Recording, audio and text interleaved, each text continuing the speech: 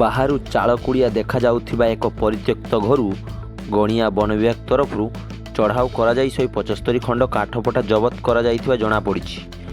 Gania block Athakata panchayat କାଳୀପ୍ରସାଦଠାରେ ଚରାରେ କାଠପଟା ଚିରା ହୋଇ ବିକ୍ରି କରାଯାଉଥିବା ବିଶେଷ ସୂତ୍ରରୁ ଖବର ପାଇ ranger Suman Majhi, forest Manoj Prabhakar Sahu, forester guard Dharanidhar Nayak, Kani Ojha ଓ ବୈଷ୍ଣବୀ ନାୟକ ଏବଂ ପାରା ଷ୍ଟାଫ୍ ଓ ମୋବାଇଲ ସ୍କ୍ୱାଡ୍ ଘଟଣାସ୍ଥଳରେ ପହଞ୍ଚି କାଠଗୁଡ଼ିକୁ ଜବତ କରି ଗଣିଆ ବନ ବିଭାଗ ପରିସରକୁ ଆଣିଥିଲେ।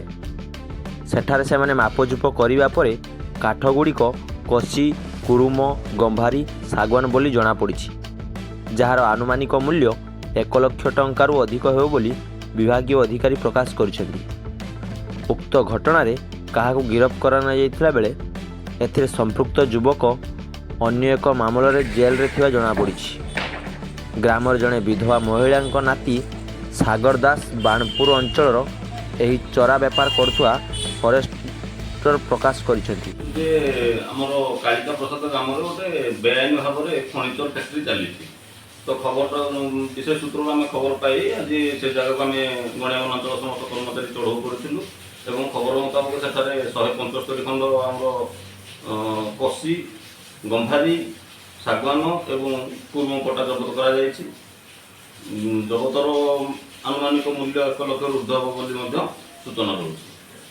এই ঘটনায় কাহাକୁ ଗିରଫ କରାଯାଇଛି କି କ'ଣ? ନାଇଁ, ଘଟଣାସ୍ଥଳରେ ଆମେ ଘର ମାଲିକ ହିସାବରେ ଜଣେ ବୃଦ୍ଧାଙ୍କୁ ପାଇଲୁ। ବିଧବା ବୃଦ୍ଧା ଜଣେ, ତାଙ୍କର ନାମଟି ରହୁଛି ଆମର ଅଜି ସେନାପତି, ସ୍ୱାମୀ ସ୍ୱର୍ଗତ ନିଧି ସେନାପତି।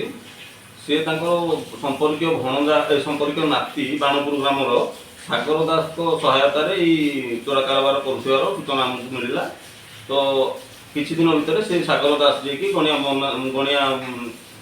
ପୁଲିସଙ୍କ ଦ୍ୱାରା ଆରେଷ୍ଟ ହେଇଛି କୌଣସି ଅନ୍ୟ ଏକ କେସ୍ରେ। ତ ତେଣୁ ଘଟଣାସ୍ଥଳରେ ଆମକୁ କୌଣସି ପ୍ରକାରର ଆକ୍ୟୁଜ୍ ମିଳିପାରିନାହିଁ। କେସ୍ ଇନଭେଷ୍ଟିଗେସନ୍ ପରେ ପ୍ରପର ଆକ୍ୟୁଜ୍କୁ ଆମେ ଆରେଷ୍ଟ କରିବାର ସମ୍ଭାବନା ରହୁଛି।